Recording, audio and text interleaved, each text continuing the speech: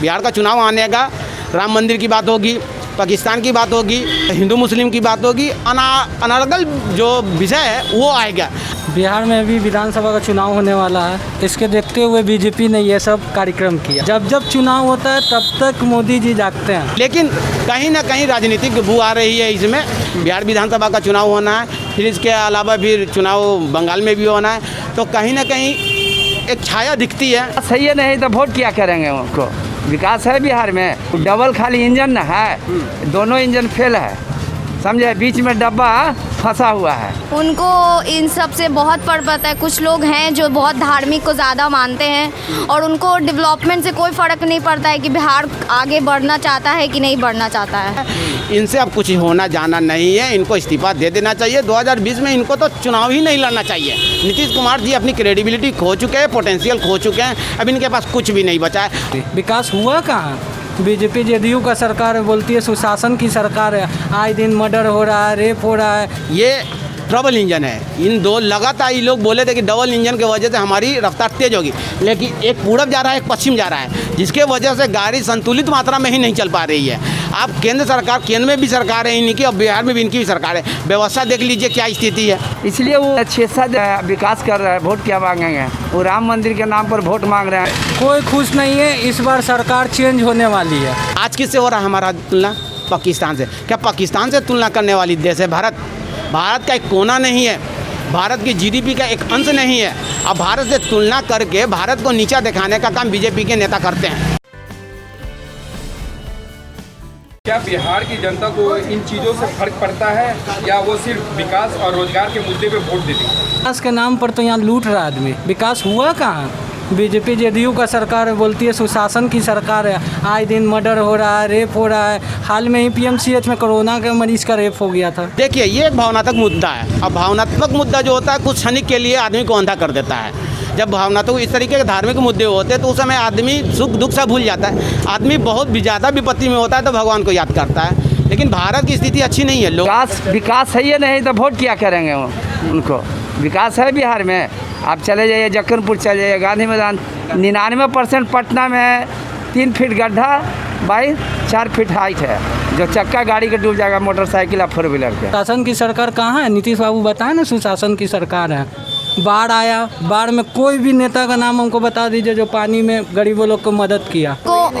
उनको इन सब से बहुत फर्क पड़ता है। कुछ लोग हैं जो बहुत धार्मिक को ज़्यादा मानते हैं और उनको डेवलपमेंट से कोई फ़र्क नहीं पड़ता है कि बिहार आगे बढ़ना चाहता है कि नहीं बढ़ना चाहता है। बिहार में चुनाव है, इस समय प्रधानमंत्री ने राम मंदिर का शिलान्यास किया है, ठीक है, क्या कहेंगे? जानबूझ के किया जा रहा है ये? तो अभी कोरोना काल था, इसको अवॉइड किया जा सकता था कुछ समय के लिए। राजनीति को और धर्म को एक साथ घालमेल नहीं होना चाहिए। धार्मिक एक अलग चीज़ है और राजनीति की अलग चीज़ है।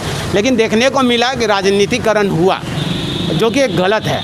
ये एक सनातन धर्म के विरुद्ध जाकर के एक ऐसा काम हुआ जो कि कोई भी अनुष्ठान बिना अर्धांगिनी की पूरा नहीं होता है। आपने देखा होगा माननीय प्रधानमंत्री जी ने अकेले पूजा किया, शिलान्यास रखा, जबकि ऐसा नहीं होता सनातन धर्म में। लेकिन यहाँ बिहार में इलेक्शन नहीं होना चाहिए, इसलिए कि इतना महामारी है, उन्हें बाढ़ से इन्हें महामारी है, लास्ट पर इलेक्शन कराना है इनको। ये तो उनको खुद सोचना चाहिए। ये तो अपना कुर्सी के लिए चाह रहे हैं कि राष्ट्रपति शासन नहीं लागू है, मैं यही झोंक में निकल जाए। बिहार में भी विधानसभा का चुनाव होने वाला है, इसके देखते हुए बीजेपी ने ये सब कार्यक्रम किया कि चुनाव होने वाला है। जब जब चुनाव होता है तब तक मोदी जी जागते हैं। उसके अलावा मोदी जी कहाँ है नहीं है कोई पता नहीं है। गरीब यहाँ मर रहा है, कोरोना के बीमारी से थी हो रहा है, उसका कोई हिसाब किताब नहीं है। इसके अलावा एक पिक्चर चला जिसमें भगवान राम जी को मोदी जी पकड़ करके लेके जा रहे हैं और मंदिर में ले जाने के लिए बहुत वायरल हुआ। ये सब चीज़ें जो है हिंदुओं को हट करती है और ये कहीं ना कहीं राजनीतिक इसमें दिखती है, जो कि नहीं होनी चाहिए। धर्म अलग विषय है। हिंदुओं की भावना थी कि राम मंदिर बने और कोर्ट से फैसला आया, मुस्लिमों ने इसका स्वागत किया, हिंदुओं ने मुझसे इसका स्वागत किया। इतनी हड़बड़ी भी नहीं थी बनाने की।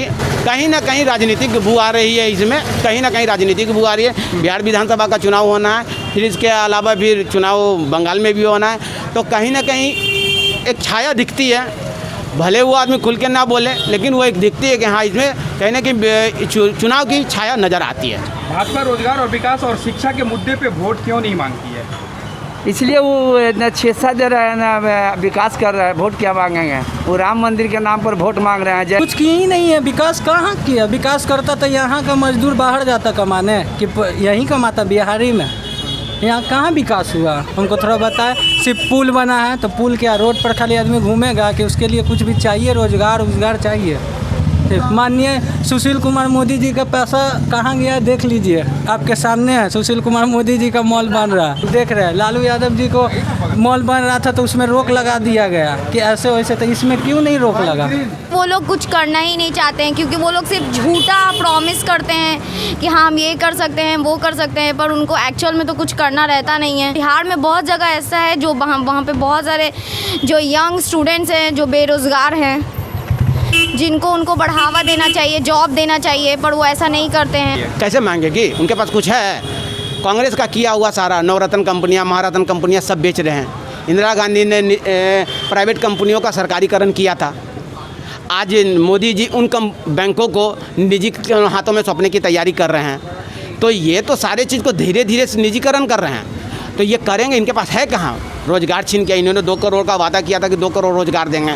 रोज़गार देंगे क्या, छिना रहा है। इन्होंने बोला था 15 लाख ब्लैक मनी हम लाएंगे, तो ब्लैक मनी से मतलब देश कहाँ से कहाँ चला जाएगा, डॉलर बढ़ जाएगा, डॉलर से ज़्यादा रुपये का मूल्य हो जाएगा। ये इनकी खोखली बातें थी, लोगों को बेवकूफ़ बनाने की बातें थी। लोग समझ चुके हैं।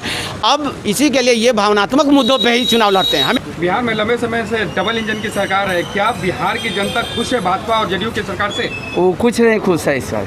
कोई खुश वो नहीं। डबल खाली इंजन न है, दोनों इंजन फेल है, समझे? बीच में डब्बा फंसा हुआ है इन लोग के। डबल इंजन है इन दो। लगातार ये लोग बोले थे कि डबल इंजन की वजह से हमारी रफ्तार तेज होगी, लेकिन एक पूरब जा रहा है, एक पश्चिम जा रहा है, जिसके वजह से गाड़ी संतुलित मात्रा में ही नहीं चल पा रही है। आप केंद्र में भी सरकार है इनकी और बिहार में भी इनकी भी सरकार है। व्यवस्था देख लीजिए क्या स्थिति है। कोरोना से लेकर बाढ़ में लोग मर रहे हैं, क्या स्थिति है। 15 साल में इन्होंने क्या किया? पुलिया बनाया जो दह जाता है। अभी गोपालगंज में पुल डर गए, 70 घाट बोल रहे हैं कि अप्रोच रोड गया। क्या अप्रोच रोड पुल का हिस्सा नहीं होता है? बेवकूफ़ बनाने के लिए कई पुल ऐसे जो है, बेली रोड में जो भी बन रहा था 2 बार वहाँ की मट्टी भी धंसी है। तो 15 साल की यह सरकार जो है डबल इंजन की सरकार, तथाकथित डबल इंजन की सरकार, ये ट्रबल इंजन की सरकार है। इनसे अब कुछ होना जाना नहीं है, इनको इस्तीफा दे देना चाहिए। 2020 में इनको तो चुनाव ही नहीं लड़ना चाहिए। नहीं है, इस बार सरकार चेंज होने वाली है। इस बार से जनता ने मूड बना लिया है। इस बार तेजस्वी यादव जी को मुख्यमंत्री बनाया जाएगा। या राम मंदिर की बात होगा, चुनाव आने दीजिए, बिहार का चुनाव आनेगा, राम मंदिर की बात होगी, पाकिस्तान की बात होगी, हिंदू मुस्लिम की बात होगी, अनर्गल जो विषय है वो आएगा। अब मेरे को बताइए आप, जब यूपीए की सरकार थी तो हमारे देश का जो तुलना होता था फ्रांस से, रसिया से, जर्मनी से, जापान से, इजराइल से होता था। आज किससे हो रहा है हमारा तुलना? पाकिस्तान से। क्या पाकिस्तान से तुलना करने वाली देश है भारत? भारत का एक कोना नहीं है, भारत की जीडीपी का एक अंश नहीं है। अब भारत से तुलना करके भारत को नीचा दिखाने का काम बीजेपी के नेता करते हैं। भारत की तुलना कभी बीजेपी पाकिस्तान से हो ही नहीं सकती। भारत विश्व गुरु बनने वाला देश है। सदियों से भारत का एक प्रतिष्ठा रहा है, आज भी रहा है। भारत के पास क्या नहीं है? भारत सबसे बड़ा युवा देश है। भारत की तुलना आप करते हैं पाकिस्तान जैसे पिद्दी देश से, जो कि कर्ज के तले डूबा हुआ है। ये भारत के बीजेपी के नेताओं को सोचना चाहिए, उनको शर्म आना चाहिए कि पाकिस्तान से हमारी तुलना करते, ये हमारी बेइज्जती है। 400 ग्राम चल रहा है, जदयू भी कर रहा है जय श्री राम, साथ साथ कहता है जय श्री राम, और 400 ग्राम बेचवा रहा है, बोतल बेचवा रहा है। खुद छुट्टम देखिए ना पूरा इलाका में, पूरा पटना में नहीं बिहार में जाके देखिए, ट्रक के ट्रक माल पकड़ा रहा है ना। अभी जहानाबाद पकड़ाया, जखनपुर पकड़ा रहा है, कहाँ नहीं पकड़ा रहा है? नालंदा में पकड़ा रहा है। ये कहाँ से आ रहा है ट्रक के ट्रक? ये तो खाली घोटाले कर रहा है, अपना कमाई है सबके। पर सरकार तो बोली कि बिहार में पूर्ण रूप से शराबबंदी है। शराबबंदी है तो आप आँख से देख रहे हैं, कहाँ से ट्रक से आ रहा है, कहाँ से इतना कैदी जा रहा है? पूरा जेल भर गया ब्योर में, खाली नस्खार के भरा हुआ है। आई कमाई हो रहा है प्रशासक के, ले लेता है 10-20 हज़ार छोड़ दिया, कितना के भेज दिया, पैसा नहीं दिया था। बड़ी बड़ी कंपनियों में बेरोजगार हो गए। और बड़े पैमाने पे करोड़ों लोग बेरोजगार हुए। रघुराम राजन जी का रिपोर्ट है, उर्जित पटेल जी का रिपोर्ट है, बहुत सारे लोगों को, बड़े बड़े अर्थशास्त्रियों का रिपोर्ट है, विश्व बैंक का रिपोर्ट है। करोड़ों लोग बेरोजगार हुए, लोग दुखी हैं। 30,000 करोड़ रुपया EPF में से निकाला गया। जो लोग बेरोजगार हो गए, जिनकी पैसे EPF में कटती थी, 30,000 करोड़ रुपया EPF में से निकाला गया। बहुत बड़ी आबादी हिंदुस्तान की इफेक्टेड है कोरोना के वजह से। और सरकार को बार बार ये बात कहा जा रहा है विपक्ष की तरफ से, कैश बेनिफिट के द्वारा पैसा दीजिए। अगर आप कैश बेनिफिट के तरफ पैसा देंगे तो पैसा आएगा उन लोगों को, तो वो कुछ खरीदेंगे।